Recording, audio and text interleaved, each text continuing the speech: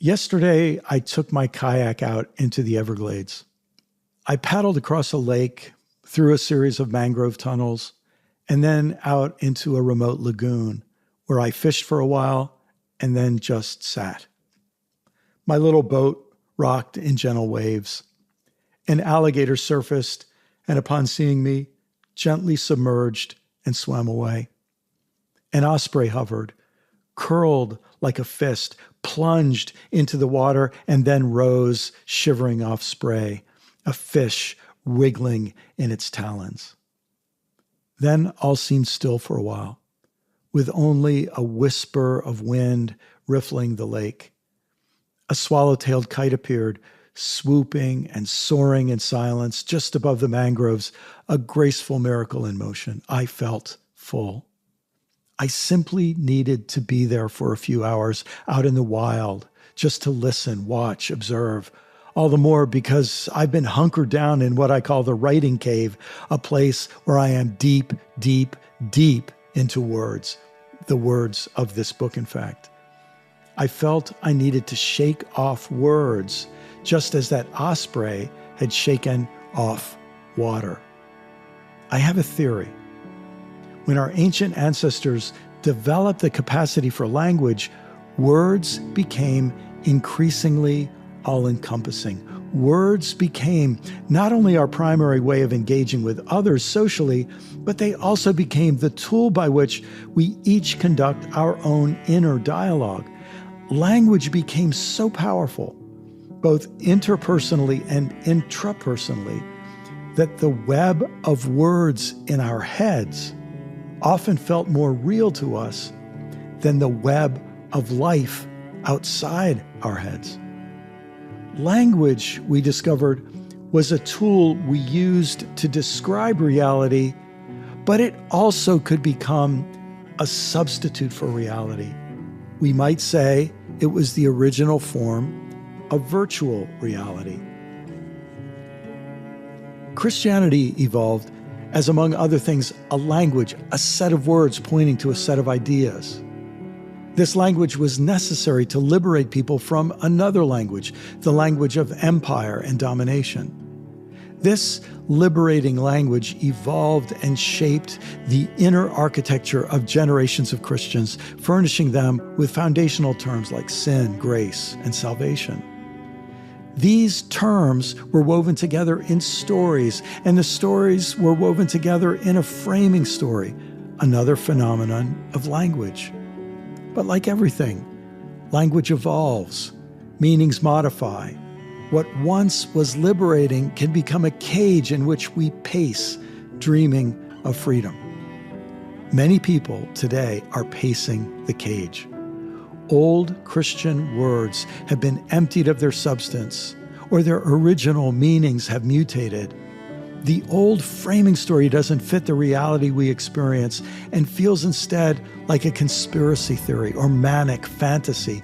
We can't help but feel that the language of Christianity creates a make-believe world, a rabbit hole, an alternative reality where angels and demons are real, but climate change and evolution aren't. The gap between actual reality and the Christian linguistic reality stretches our credulity to a breaking point. That's why many can no longer stay Christian. And that's why many of us who choose to stay Christian must deconstruct the Christianity we inherited and shake off much of its language. I'm really super happy to be in conversation today with Todd Wynward. Todd, you and I met some years ago. I remember meeting you, I think it was at a CAC-related event, although it may have been somewhere else. But you have a much longer history with the Center for Action and Contemplation than I do. And I wondered if you could just introduce yourself and tell us a bit about your story with the CAC. Thanks, Brian. It actually was the first Wild Goose conference that you and I met. You had blown me away with Everything Must Change, and I was an aspiring author who was just starting my own book, Rewilding the Way, and you were kind enough to walk and talk with me for a good long 10 minutes, and that was a gift. But I'd been searching for authentic and emerging transformative Christianity for quite some time. And yeah, when I was a young 23-year-old, I had a chance to go to this new place called the Center for Action and Contemplation in Albuquerque, New Mexico, where I told a young father, Richard Rohr, had just started up something transformative. And so I was able to attend and immerse myself in what they called the School for Prophets back then. And it was an immersive multi-month residency. It blew me away. It was a transformational, immersive catechesis for me as a young lad. That's fantastic. So with that, I promise you, my math isn't good enough to figure out your age, but this would have been the early 1990s. Is that about right? That's right. Very good. Something happened between then and when we met, and you wanted to talk about, and you were writing a book called Rewilding the Way. Tell me about your connection with the wild. On the book notes, you're supposed to, as an author, write something that makes you different from other people. And one of the things my editor suggested was that I write that I spent more than 1,000 nights outdoors. I've been an avid wilderness leader, trip expedition planner. I've started public schools with an outdoor emphasis. I've worked with Outward Bound and Knowles, the two outdoor trek companies. And when I was in my early 20s, actually encouraged by the CAC at the time, I created something called Peak Experiences. As a zealous 23-year-old, 24-year-old, I wanted to bring people into the outdoors to help have transformative spiritual experiences that would lead to social change. Say that again, to have transformative spiritual experiences that lead to social change. That's it? Yeah, this idea of the inner and the outer, and that the inner spirit changing, having a mountaintop experience or a desert rewilding experience might cause people to have a different social agenda. And so I found that ever since I was a high schooler in California going to summer camps, I found the ability for the outdoors, for fire, for rain, for earth, for air, to bring us back to an elemental relationship with seasons and with the earth. Tell me a little bit about your traditional religious upbringing and how that connected or didn't connect with your experience of the sacred in the wild. I grew up in a polite Presbyterian church. I guess the Frozen Chosen would be kind of the nickname that we might give it, with a lot of, fear, sex, drugs, and rock and roll were all taboo. So somewhat evangelical. I grew up and had an earnest heart for Christ, maybe like yourself in my early teens. But I found that everything in my life felt very manicured and commodified and terraformed by humanity. And I longed by the time I was 18 to go to wild spaces. I began going to college up in Portland, Oregon, sea kayaking and wilderness tripping. And then that was the beginning of it all. So for a young guy, you and I have so much in common in this way, but for a young guy, part of that is just adventure. And there's something exhilarating and exciting and is deeply, deeply wholesome about that kind of adventure. But part of that for you, there was a spiritual dimension to it, I guess. Can I ask you to speak some more about that? Yeah, well, I began to look at Jesus's own life as a pattern, and I began to see his own days of testing in the wilderness. And it really connected with my own immersive, as you know, the wildness, you get into undomesticated space where you're not in control and you have to adapt and respond. And I love what I think it might have been Belden Lane's first said, but something that, the desert in the wilderness is where you learn what you fiercely love and what to fiercely ignore or resist. And so then I began to look at the desert fathers and this leaving Babylon or leaving exile or leaving the Roman Empire. And as you know, I come from a Mennonite tradition now, which does view Constantine and the Christianity coming complicitly in bed with the Roman Empire as the fatal apostasy or the defection from the Christ path. And so seeing the Thomas Merton and the other monks advocating to go to the desert, that's where we find spiritual strength and clarity, I think, in order to speak back to empire or to conventional ways of thinking. As two guys who grew up going to church and were exposed to a lot of Bible, when you say that, it makes me think how the word wilderness and desert, when I grew up, whether it was Moses leading the people through the wilderness, through the desert toward the promised land. It's so interesting. The associations I had with that were 100% negative. And one of the things I've wondered about is how different it would be if we translated wilderness as the wild, and that we were to say, look, in the Middle East, if you're not in a city and if you're not on a farm near a river, the wild is the desert, and maybe those purely negative associations with wilderness were part of our own bias being projected on those biblical texts. I don't know. Does that ring true with your experience? It does, but I think that piece of adventure or fascination, I didn't feel those things to avoid, but more like these are the spaces where taboos break and where transformation happens. And reading about Jacob wrestling, and getting a sacred wound, those were like deep mythology things that even as a young, earnest evangelical type, I didn't know what to do with that. I didn't know the mystery of the wild, and to know that you're going to come back changed. I guess that's the piece that I always read about in the Bible. And it really blew me away when I suddenly recognized that Jesus, only after going to the Jordan and then going into the wilderness, did he come back to do his public ministry, that his clarity, there's that clarity in the desert. And that's, I guess, the piece that fairly early on, I stopped demonizing the desert and seeing it as a place of transformation. But that's only like buyer beware, like you're going to get changed. And that might be why a lot of us conventional Christians don't like that. You used that word manicured before, and you think about the experience of a kind of manicured religion where everything is neat and clean and straight lines and decently and in order and maximum comfort, minimum, so that if someone changes the slightest thing in the liturgy, people are up in arms as if a tornado had ripped through their spiritual life. And then you think part of the experience of being in the wild is danger and is humility. Just a few days ago, I was out in the Rocky Mountains. I had a speaking engagement there, and I stayed over 2 days to do some fly fishing. I was out alone on a river, and I was aware I could make one false step on a slippery rock in the water, and I could be in a lot of trouble.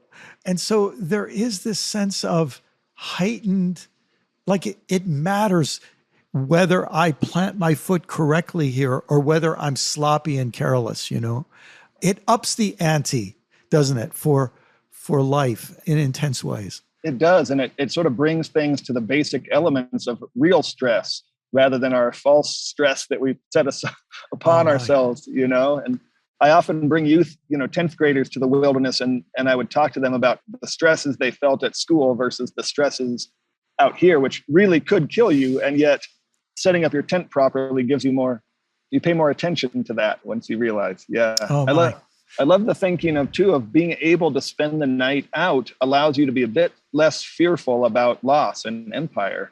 It's flexing your muscle of liberation when one spends the night on their own terms in the wild. I know how to survive. I'm not dependent on electricity and TikTok and running water. And then comes those experiences that actually feel theological, even though it's not like you're hiking in the mountains and you see a cliff and on the cliff face, a Bible verse is written. It's more the experience of awe or fragility. You realize, gosh, if I turn my ankle out here, I'm very fragile. It's the feeling of how great the stars are, the awareness that there are other creatures, some for whom I am a predator and some for whom I could be prey, and the sense that it's not all about me. I mean, there's so much that happens in those wilderness experiences that shake us out of, I'm just thinking of junior high or high school students who are, so much of what's going on in them necessarily because of their development is about their place in the pecking order, their social status, how many likes they just got for what they posted on Instagram or whatever. And there's something that you come in contact with yourself in a way when you're outdoors hiking or especially when you're alone. And then something of a spiritual dimension experience. Look, I think there are some people who are going to be listening and they've never had an experience like that. And I wonder if you could just talk about what it's like, what it's been like for you. I love what you said. And there's a decentering and a recentering, right? That can happen, or a dislocation and a relocation. And the notion of being situated in history, situated in a watershed, there's a humility as well as the grandiosity that both happens. And the small self, in my mind, gets more and more erased. The chance of connecting in communion and true communion and seasonality, it's a detox from so many toxic parts of theology, and also a detox from so many toxic parts of our society. I guess I just was thinking about those people you said who've never experienced that. I wanted to bring back just something I loved about your book, Brian. I think it was chapter 8, about Christianity as a failed tool for transformation. That's tying back to my initial thirst to come to the CAC 30 years ago. They had a school for prophets that rocked my world. And that was one, that I would call that a curated catechism or a curated training. Yes. In my own book that I wrote, Rewilding the Way, I discovered that the early Christians might have had up to 3 years of experiential training before they were called a follower of the way. It just blew my mind to imagine, like, what would that look like? And so on one hand, to have a curated, planned, creative training by mentors at the CAC was mind-blowing. Then the other was the raw experience of the wilderness and that encounter that left me changed and allowed me to come back to dominant consciousness in a different way. And then thirdly, having communities of practice, of advanced practitioners around me. So those were like 3 different journeys I've taken. Southside Church in the early 90s also was the hub of sanctuary liberation. And I was able to be part of that community for 2 years with John Fife, and they were protesting our own government and putting signs up saying, we obey a bigger law than exporting these refugees back to their homes to Faith Death Squad. So like the combination of Richard Rohr and the CAC, raw wilderness experience, and sanctuary and liberation movements and Latin American theology, those were all wilding for me. Those were incredibly incubating for me.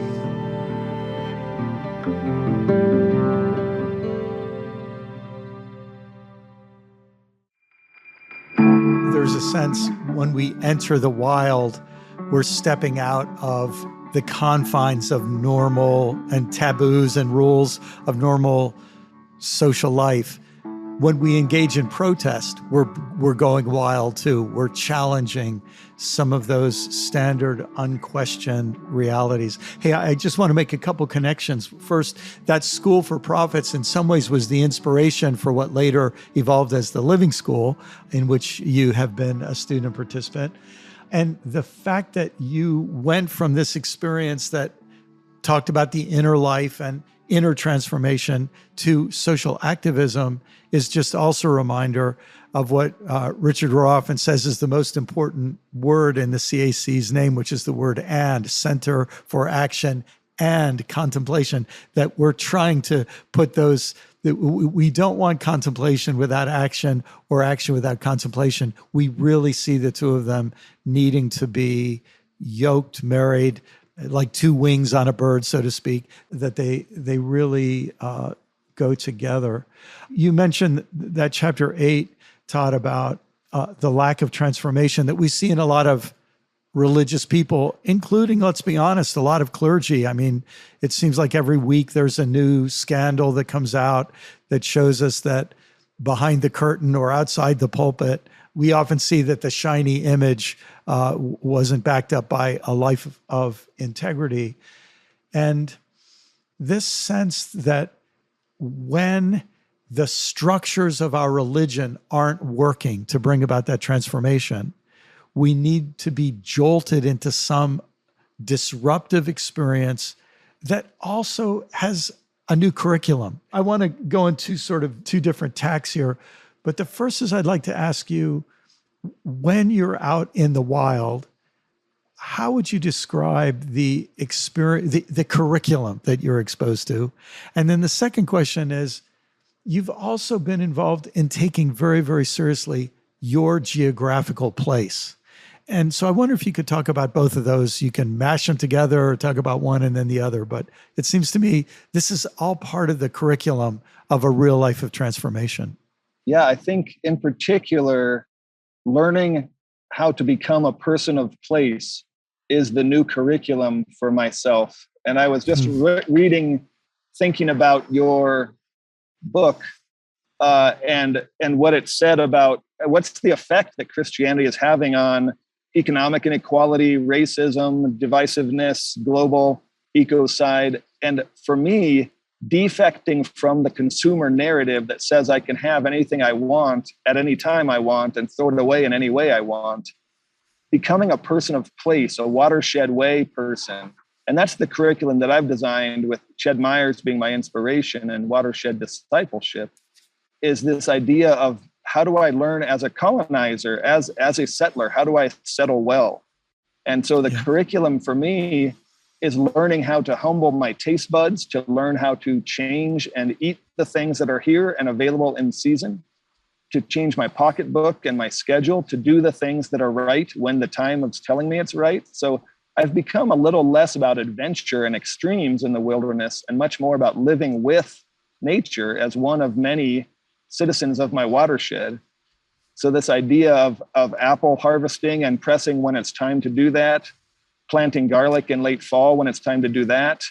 We do a water blessing in the spring when the freezes are done and the water is now flooding back into the land. And to be able to honor the 1,000-year-old Taos Pueblo tradition and then the 500-year Hispanic acequia tradition, waterway tradition, is a beautiful honoring of cultures here. At this stage in your life, that work of deep embeddedness in a watershed and in a place with history, this feels like it's an essential part of your ongoing growth as a Christian disciple. It feels like this is part of what's teaching you, informing you, and shaping you.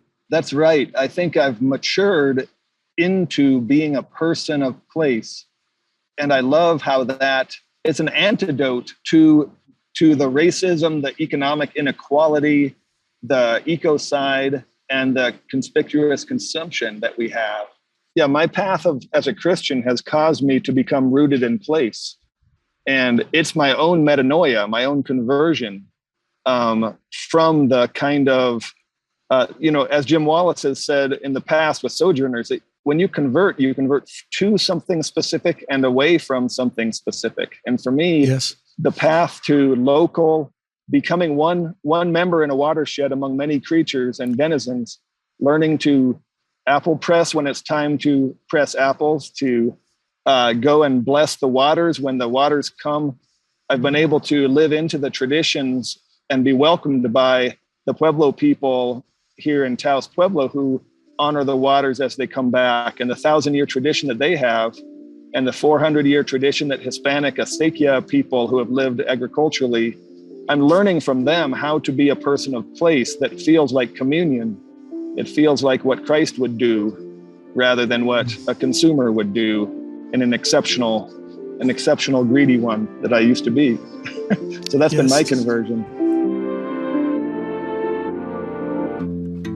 So you are, in many ways, exemplifying and giving kind of a specific, your own life experience of this struggle that I tried to address in this book, Do I Stay Christian?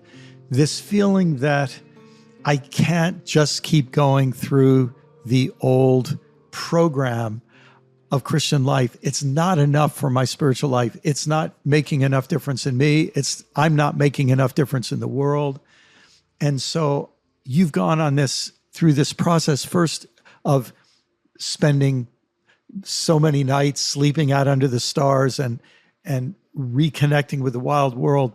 And then in more recent years, embedding yourself in a place, including connecting with the indigenous people of this place before colonization, in a sense, tapping into the wisdom that they're so generous to share, and connecting with the rhythms of the seasons and part of what it means to be a living creature in an environment.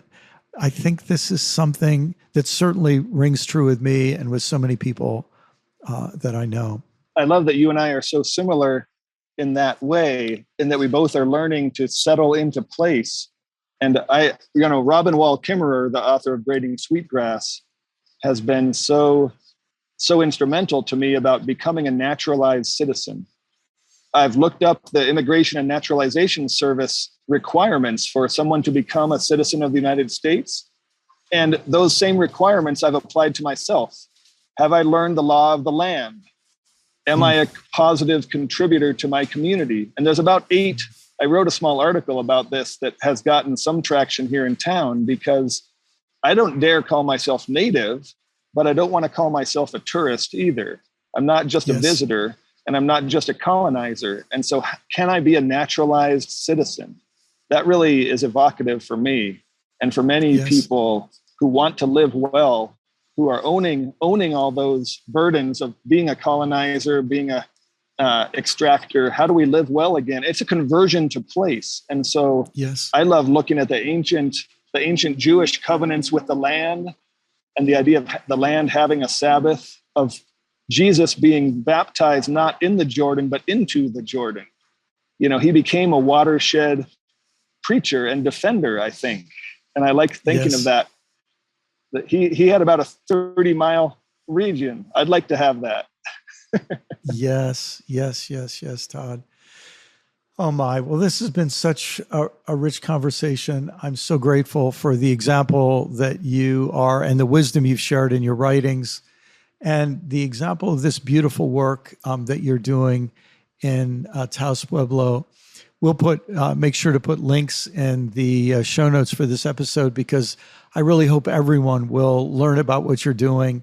And it strikes me that this is something that could catch on, isn't it? I mean, when you and Ched Myers began talking about this years ago and dreaming about where this could go, I think your hope is that more and more of us could experience rewilding, replacing, relocating into the location where we actually are, and learning how to be naturalized citizens of this little piece of earth where we live. Yes? Yeah, Brian, I think it's a real danger for those of us who have privilege to think about replacing ourselves by purchasing our little bit of land and maybe going on nature hikes, or going on a canoe every now and then into the waters around you, and imagining yourself to be one with, I think the justice element.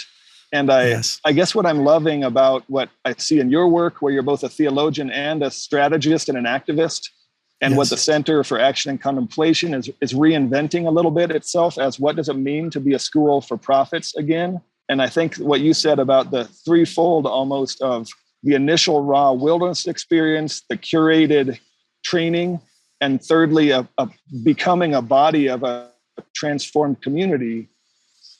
Those are like 3 steps that we can take to really sink into place and become that leaven in the loaf that Jesus originally was steaming. Beautiful, beautiful. Well, I think it wouldn't be appropriate for us to end without saying we wake up every day with this awareness that the way human beings have been living with the earth really for 10,000 years, but really the problems have intensified in the last couple centuries as human beings in their number and in their extraction from the earth, we know we're living in an unsustainable way. We know our way of life has to change. And we believe that part of this change is a deeply spiritual transformation that has to do with changing the way we see, changing the way we spend, changing the way we earn, changing the way we relate, changing the way we travel.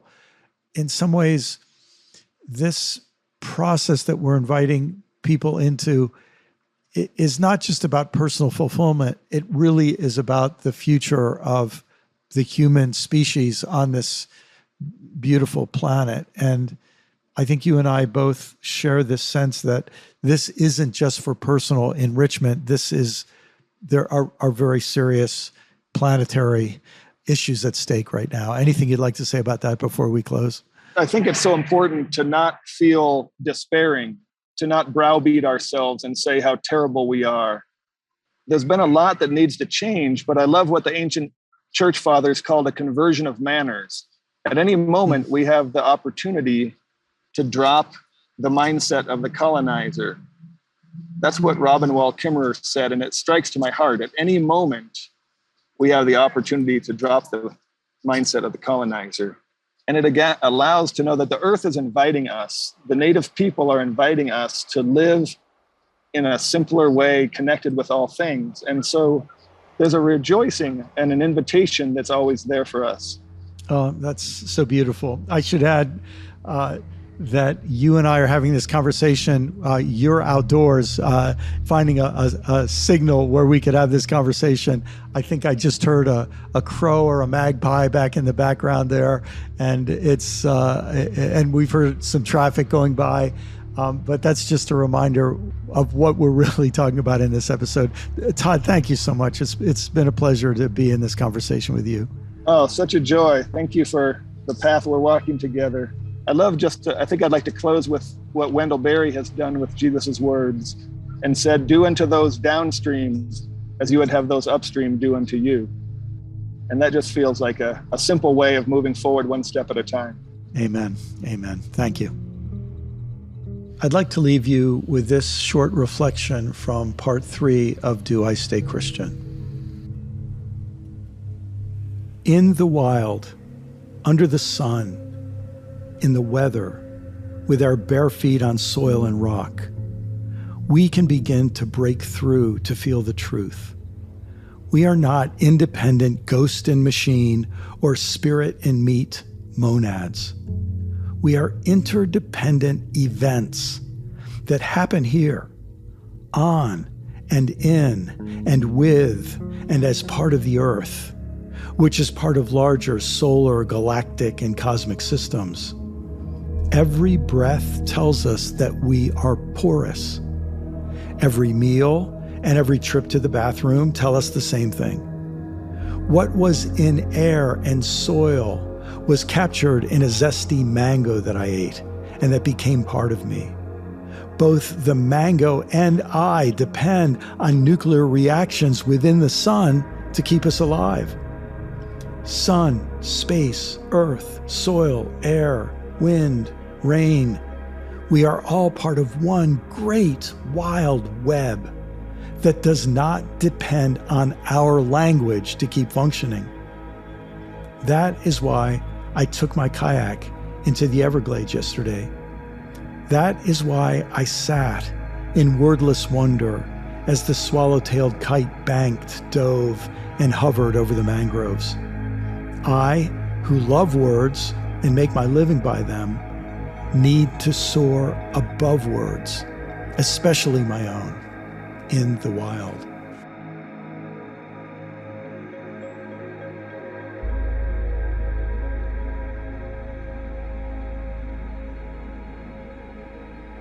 If this episode has raised questions for you, we'll devote a final episode in this season to responding to listener questions. You'll find information in the show notes and how to leave a recorded or written question, and I look forward to responding. Thanks to the Center for Action and Contemplation for all of your support for this podcast. Thanks especially to our wonderful producer, Corey Wayne, and all of his artistry and support. And a special thanks to each of you for listening, for your attention, for your care, for your interest in learning how to see. And if you found this series helpful, I hope you'll share it with someone you know and love.